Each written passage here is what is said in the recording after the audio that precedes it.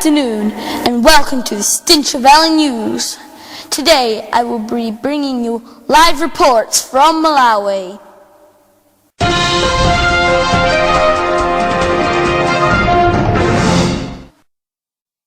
Firstly, I will be telling you about the kerosene lamps in Malawi. They are very bad for your health as they produce harmful smoke. Now over to James Hislop and Abby Phillips, who will provide you with more information. I'm James Hislop, a campaigner for Solar Aid in Malawi.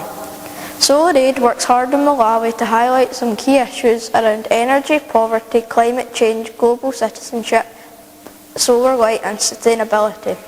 We have teamed up with Keep Scotland Beautiful and schools around Scotland to encourage children to become more aware of these issues. A national competition is taking place to raise money and awareness. The money raised will go towards providing families in Malawi with solar lights. I am Abby Phillips, an aid worker in Malawi. Solar lamps use the sun to replace the kerosene lamps that kill so many people each year. Solar lamps cost £10 per lamp and are much less harmful and cost a lot less than kerosene as they are charged by the sun. The sun is free and kerosene needs to be bought and is very harmful. Back to you, Jacob. Thank you, James and Abby. Now I will pass you over to Charlie Bretherton, who will be telling you about climate change.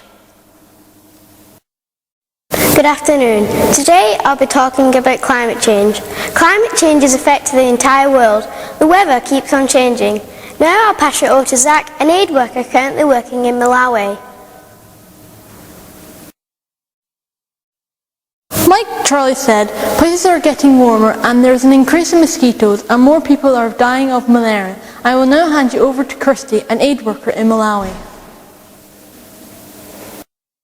Thank you, Zach. Like Zach was saying, the earth is getting warmer and more people's houses in Malawi are getting destroyed because of the flash floods. I will now hand you over to another aid worker, Flynn Williams. Thank you. People in Malawi are struggling to get clean water with the warmer weather and there's not as much rainfall. Thank you. I'm Charlie Beverton reporting from Malawi. I'll now pass it back to Jacob in the studio. Thank you, Charlie. And now over to Jessica Orr, who will be telling you about flooding. Yes, thank you, Jacob. As you can see, I'm standing here in Malawi, faced with devastating sights all around me. Another disaster has struck Malawi, which scientists say is linked to the change in our climate. The heaviest rains for 40 years have hit Malawi because of landslides and devastation all over the country. Villagers here speak of climbing up anthills or trees and waiting for 3 days without food or water, drenched in rain and fearing attack by crocodiles. Families describe how they have lost everything. Rescue workers tell of seeing children swept to their deaths and picking up floating backpacks only to discover dead bodies attached. Nearly 3 weeks on, the death toll is still unclear and not everyone is accounted for. Estimates of the death toll vary from 79 to more than 200. At least 174,000 people have lost their homes and 638,000 affected, according to the UN, with livestock and possessions swept away, crops lost, and all water sources contaminated. As we speak, rescue aid workers are battling through torrential rains to get to the worst affected areas with food and supplies. This has been Jessica reporting to you from a country in need. Back to you in the studio, Jacob. Thank you, Jessica. And now over to Freya Middleton, who will be telling you about deforestation. Jacob, here I am standing in the Great Rifts Valley in Malawi, surrounded by burning trees. Farmers are carrying out slash and burn farming to make room for crops and to make more farmland. Over the last 25 years, the population in Malawi has doubled, which has put more pressure on the amount of food they need. More land is needed then for crops. As soon as the trees are cut down, the topsoil is exposed to excessive rain caused by climate change. In many places, most of the topsoil is washed away into rivers and eventually into Lake Malawi. affecting stocks of fish. Change in land use in Malawi is adding to the carbon emissions by about 25%, causing further change to the climate. Deforestation devastates the lives of people who are poor. This has been Freya Middleton reporting to you from deep in Malawi. Back to you in the studio, Jacob. Thank you, Freya. And now over to Jenna McKinnon, who will be telling you about malaria. Thank you, Jacob. Jenna McKinnon reporting here on malaria and the effects it has on Malawi. Scientists think that climate change is causing a rise in the temperature and rainfall, encouraging more and more mosquitoes to breed and make Malawi their home.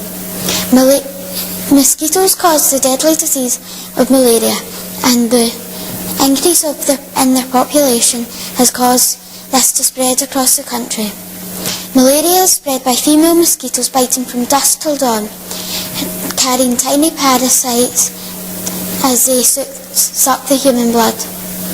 Charities are now selling these mosquito nets to families across the country to combat the spread of malaria and the deaths of people each year. This has been Jenna McKinnon reporting to you live from a malaria-free home in Malawi. Thank you, Jenna. Let's hear from Sophie Jenkins, who will be telling you about climate change and carbon footprint. Hello, Jacob. Today in Malawi we have been on an interesting journey. As you said earlier in your report, many houses use kerosene lamps, which are bad for many reasons. However, today in Malawi it is sunny as usual, and we are encouraged to see some, if not a lot of people, have their solar lights charging in this wonderful free resource of sunlight. These people are beginning to think about their carbon footprint and the effect it's having on the climate change. Nevertheless, people in richer countries now need to think about their carbon footprint and the damaging effect it's having on the climate change. Making and using energy contributes greatly to carbon emissions. By reducing the amount of energy we use, we can make a difference. Malawi continues to feel the effects of climate change, severe weather and drought. Climate justice is just as important as climate change. Sophie Jenkins, reporting to you from sunny Malawi. Back to you in the studio, Jacob. Thank you, Sophie.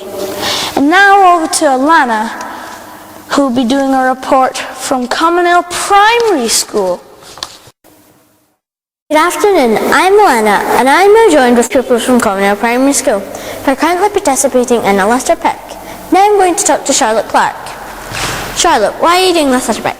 I am the chairperson of Eco Council. I am doing a litter pick to keep Scotland beautiful and to make our world a better place. Thank you, that sounds amazing. I've been picking up litter around the main street.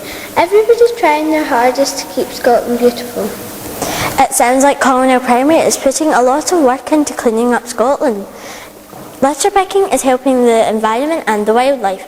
Now I'm going to pass it back to the studio. Thank you, Alana. Thank you for watching this special edition of Malawi. Have a good afternoon. Cheerio.